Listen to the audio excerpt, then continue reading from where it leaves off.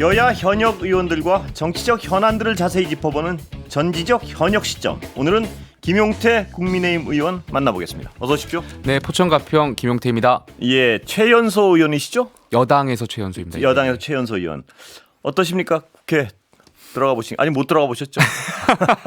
저 로텐더 홀에서 예. 있어서 예. 정치 상황이 지금 강대강으로 진영 간 대결이 더 고착화되고 세져고 있어서 여당으로서 국민들께 송구하다는 말씀 좀 드리고 싶습니다. 예. 물론 당의 의견이 있을 것이고. 예. 근데 김 의원님 개인적으로는 어떻게 풀어나가야 된다고 보십니까 지금? 원내 위원장 문제나 원구성 문제나. 예. 지금 결국에는 핵심적인 키는 예. 다수당인 민주당이 가지고 있고요. 예. 지금 상황에선 저희 국민의힘 입장은 법사위원장을 국회 관례에 따라서 이제 제2당인 국민의힘이 맡을 수 있게 계속 말씀을 드리고 있는 예. 것 있고요. 여기에 대해서도 이제 향후에 계속 협상이 이어지고 있는데 민주당이 앞으로 남은 7개의 상임위를 두고 예. 이 법사위원장을 어떻게 할 것인가에 대해서 결정을 해주신다면 예. 저희도 여기에 대해서 다시 협상할 의사가 있는 걸로 알고 있습니다. 제가 알기로는요. 예. 법사위원장 양보 가능성 거의 제로로 알려져 있는데 그렇다면 가정하에 예. 뭐 이거는 가정도 거의 확실한 가정 같은데요. 예. 7개 상임위 어떻게 할 겁니까? 혹은 당의 입장을 잘 모르시면 개인적으로 어떤 주장을 하셔도 되고요. 예. 지금 상황에서는 뭐 7개 상임위를 가지고 저희가 협상할 단계가 아니라고 생각합니다. 예. 말씀하셨던 것처럼 법사위원장을 계속 민주당이 고수하게 된다면 여기에 대해서는 뭐 저희도 7개 상임위를 지금 상황에서는 논의할 단계가 아니라는 것이 다수의 의견들의 생각인 다수의 것 의견이 같습니다. 그겁니까? 예. 그럼 언제 뭐 들어갑니까? 심지어 법사위원장으로 민주당에서 선출된 위원장께서는 7개 상임위 가져가라는 식으로 비아냥하고 계시는 거 아니겠습니까? 이거는 사실상 여당 의원들에 대한 존중도 없는 것 같고요.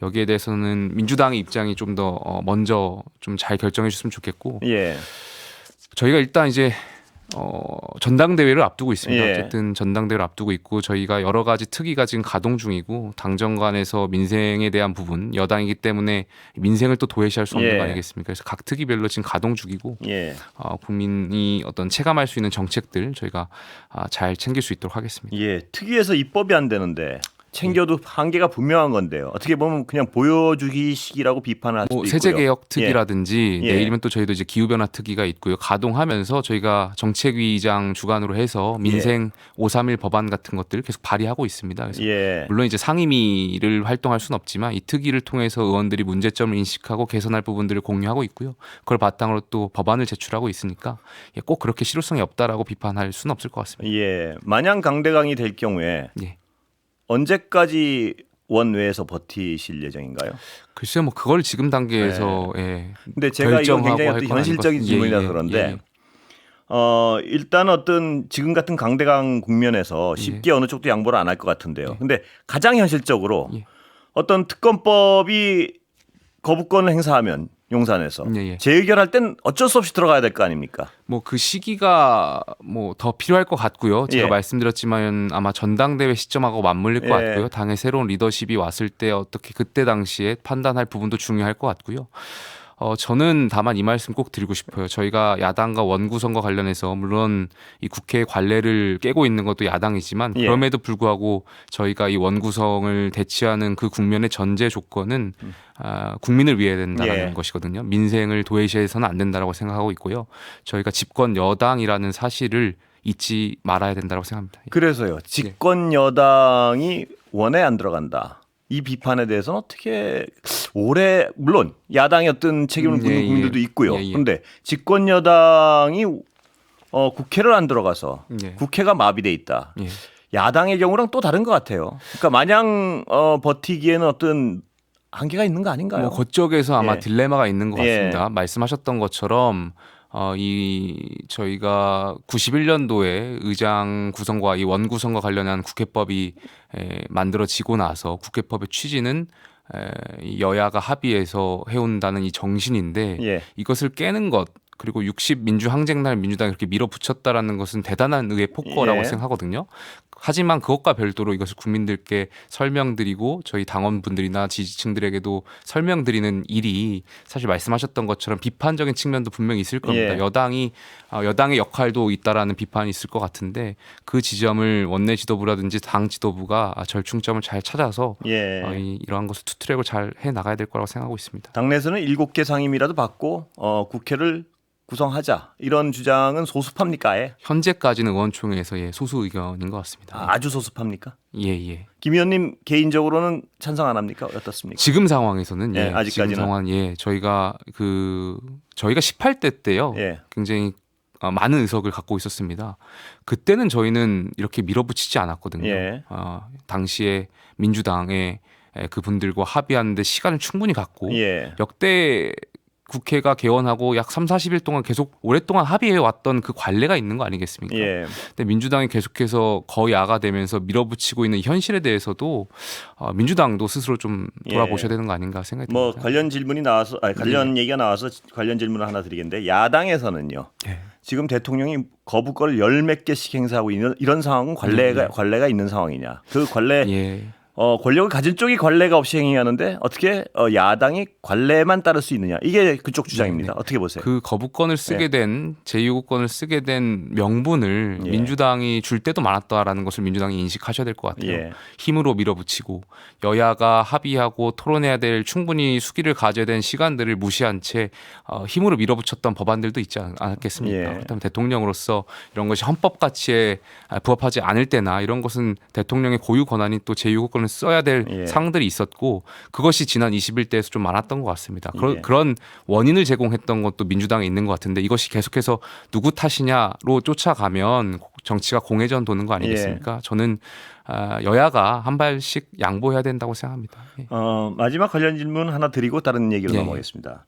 그 합의가 되면 가장 바람직하죠. 민주주의에서. 합의가 돼서 어떤 국회가 굴러가고 국민들에게 합의된 법안을 내놓는 게 가장 바람직한데 결국 합의가 안 될 때는 어쩔 수 없이 다수결로 가라고 민주주의가 있는 거 아니겠습니까? 그 말씀에도 취지는 동의하는데요. 그 다수결이 갈 때 어쩔 수 없는다라는 단어에는 전제 조건이 충분한 시간을 가지고 토의하고 수기하고라는 그 전제 조건이 있는 걸로 제가 알고 있습니다.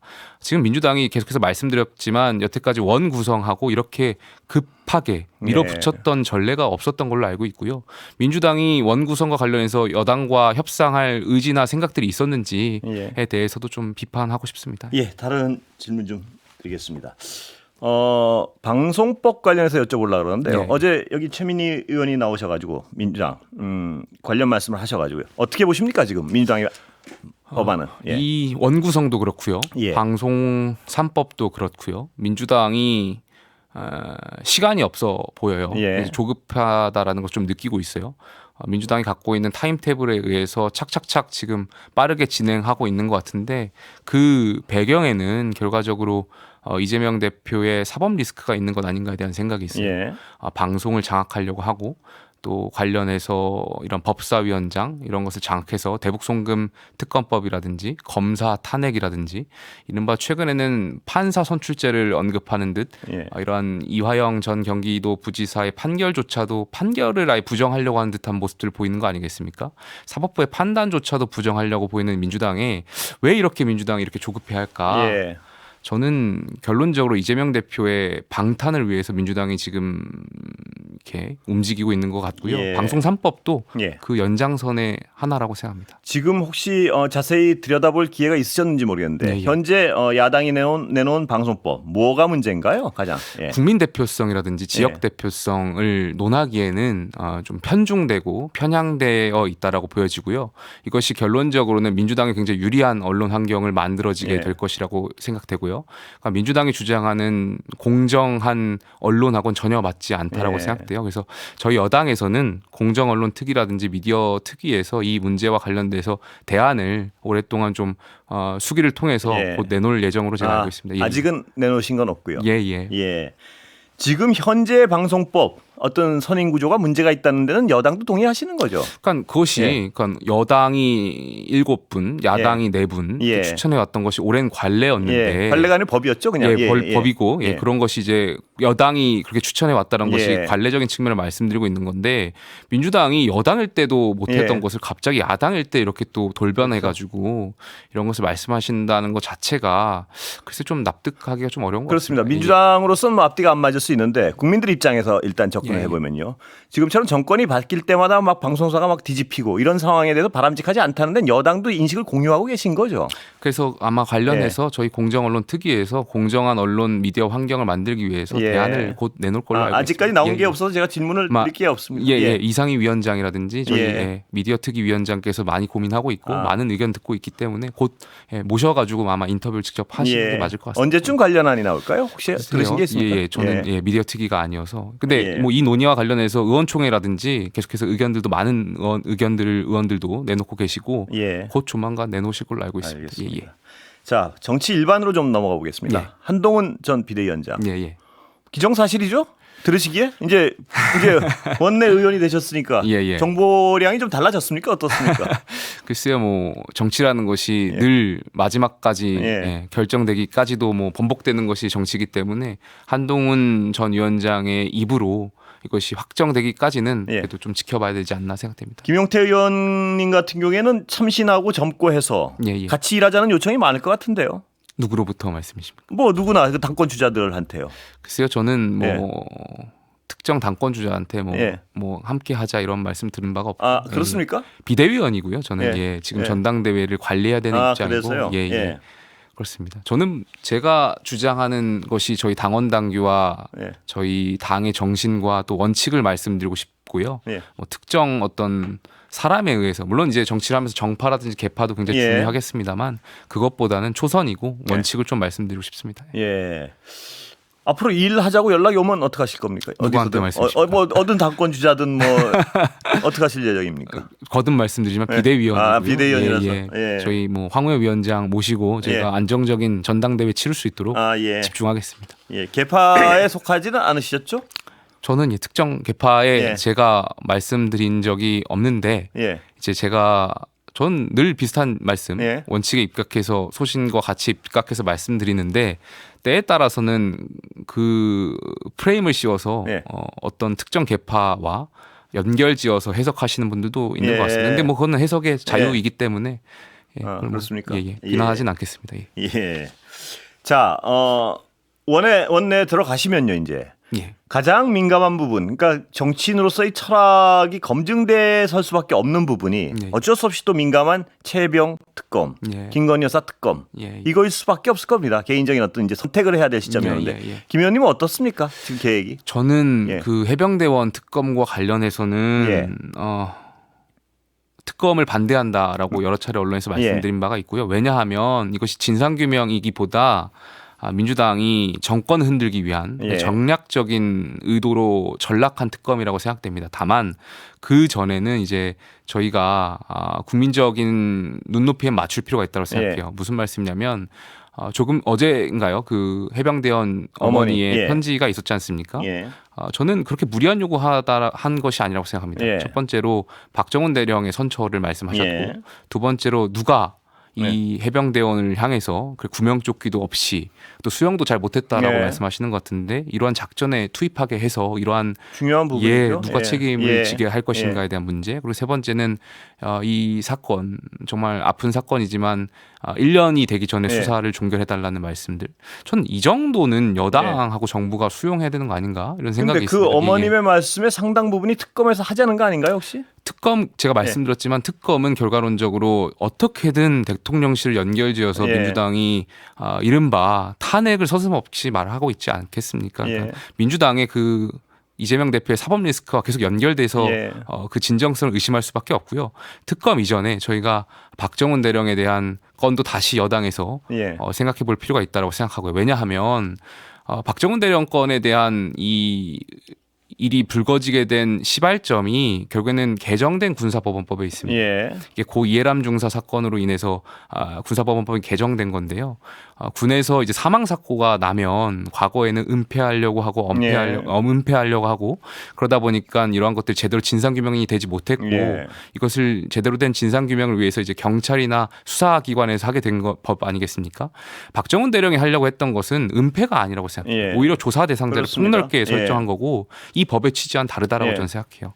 그렇기 때문에 그리고 박정훈 대령이 처음에 특정한 8명이나 조사본부, 국방부 조사본부가 다시 조사해서 특정한 2명, 그 조사 방식이나 어떤 그런 결과론적으로 봤을 때 다른 게 없을 거라고 생각했는데 왜 하필 이렇게 박정훈 대령한테 집착했는지에 대한 이러한 설명들도 여당과 정부가 좀 먼저 해놔야 되지 않나. 그래서 그렇습니다. 그러니까 김 의원님이 지금 말씀하신 바로 그 부분. 왜 임성근 사단장을 누군가 그렇게 보호하려고 해서 그 사람 하나를 빼기 위해서 이 지점까지 왔느냐. 그걸 아느냐. 그게 용산에 어떤 입김이 있었다는 의구심이 있기 때문에 지금 검찰이나 행정력으로는 그걸 밝힐 수 없다. 이런 의심은 야당이라면 뭐 모르겠는데 국민들도 할 수 있는 거 아니겠습니까? 그런 부분은? 뭐 야당이 또 그런 식으로 말씀하시면 본인들이 그러한 의구심을 해소하기 위해 그러니까 야당은 정치적 공세라고 볼 수 있는데 국민들 역시 그런 부분으로 의심을 가질 수 있는가 그런 의심을 갖는 게 당연한 거 아니겠습니까? 그렇기 때문에 제가 거듭 비대위에서 모두 발언에도 말씀드렸지만 대통령과 또 국방부에서 여기에 대해서 또 국민들이 납득하실 만한 설명이 필요하다라고 생각해요. 국방부 장관의 결재가 왜 하루 만에 번복됐는지에 대한 것, 박정훈 대령에 왜 그렇게 집착했는지에 대해서 국방부 장관이라든지 관계자가 국민이 납득할 만한 또 유가족이 납득할 만한 설명이 저는 선행되어야 된다라고 생각해요. 그것이 정부 여당의 자세라고 생각합니다. 김 의원님 말씀하시는 거 보니까 어떤 특검이 왜 안 된다는지 말씀하시는 건 무슨 말씀인지 알겠어요. 그리고 또 지금 다른 어떤 사안에 대한 평가는 또 국민들하고 다르지도 않아요. 그렇다면 국민으로서 한번 여쭤보면 자, 특검은 정치적 공세라고 치면요. 도대체 지금 한 1년이 돼 가는데 어떻게 국민들은 궁금증을 풀어야 됩니까? 지금 수사는 수사대로 하나도 진전되는 게 없고. 그럼 국민 입장에서 그냥 마냥 기다리면 되는 건가요? 그런 부분에 있어서 저희가 반성해야 될 점이 있다고 생각해요. 이 사건이 처음에 발생했을 때 여당이나 정부가 오히려 이를 키웠던 거 아닌가에 대한 생각이 있어요. 그 유가족에 대한 그 정말 얼마나 국가의 부름을 통해서 소중한 아들을 잃었던 유가족의 마음이 얼마나 가슴이 아픕니까? 그렇다면 정부, 특히 여당은 국가 안보를 중요시하는 정당이고 여기에 대해서 응당 유가족의 이런 요청이 있기 전에 또 국민적인 요구사항이 있기 전에 저희가 먼저 나섰어야 되는데 그러지 못했던 점에 대해서 굉장히 아쉽게 생각하고 있고요. 그런 점에서 정부 여당이 이러한 일을 좀 빌미를 드리거나 키웠던 아쉬운 점도 있습니다. 그래서 이제는 계속해서 바로 잡아야 된다는 말씀 좀 드리고 있고요. 대통령께서 또 국방부 장관께서 전 장관께서 좀 여기에 대해서 입장을 표명해 주셨으면 좋겠다라는 당부를 계속 드리고 있습니다. 여당에서도 여기에 대해서도 제 의견하고 동조하시는 의원들이 많습니다. 그래서 아마 저희가 이제 22대 국회가 개헌했고 여기에 대해서 여당 의원들도 목소리 계속 낼 걸로 알고 있습니다. 첫날 모시고 뭐 이 불편한 질문들을 드릴 수밖에 없는 상황이었는데 이 앞으로도 어떤 이 상황이요 여당 상황이 계속 불편한 질문을 받을 수밖에 없는 상황이 계속될 겁니다 아마. 근데 어떤 처음 정치하시고 하니까. 좋은 정치인 되시길 바라겠습니다. 감사합니다. 마지막으로 다음에 또 오실 때 시간 한 20초 남았으니까 포부 한번 말씀하시고 끝낼 시간 드리겠습니다. 오늘 특별히 첫 모셔가지고. 포천 가평 지역 주민들이 선택해 주신 만큼 포천 가평의 지역 주민들의 기대를 맞출 수 있도록 최선을 다하겠습니다. 너무 간단하셨는데 한 10초 더 쓰셔도 되는데. 여당에 대해서 많은 기대가 있는 걸로 알고 있는데요. 늘 여당이라는 것, 집권 여당이라는 것 잊지 않고 저희가 원구성 협상에도 임할 수 있도록 하겠습니다. 오늘 말씀 여기까지 듣겠습니다. 감사합니다. 감사합니다. 김용태 의원이었습니다. 들어가세요.